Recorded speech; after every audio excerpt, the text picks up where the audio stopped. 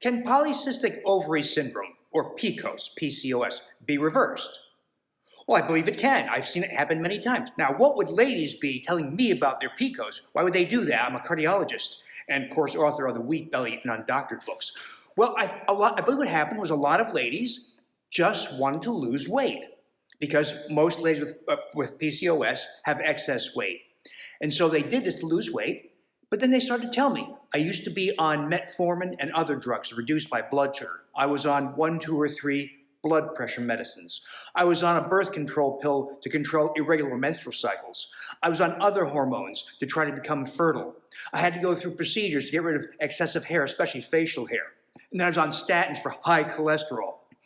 They do the Wheat Belly Total Health or Undoctored program. This prescriptive part of these programs is the same. Philosophy is a little bit different, added components in the Undoctored program.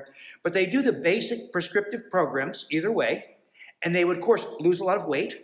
Their blood sugars would plummet, typically back to normal, such that they had to get off the metformin and other drugs. Their blood pressures would drop. They get off the blood pressure medications. Their menstrual cycles would normalize. They get off the birth control pills. Many of them became pregnant. We have many new mothers now and babies because of doing this program.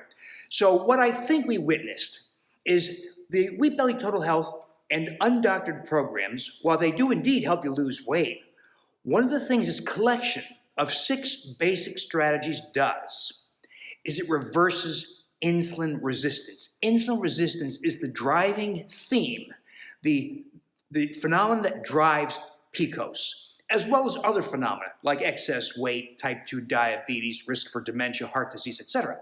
But this collection of strategies that we call Wheat Belly Total Health or the Undoctored Wild, Naked, Unwashed program are magnificently effective for reversing insulin resistance. Each and every component makes a contribution.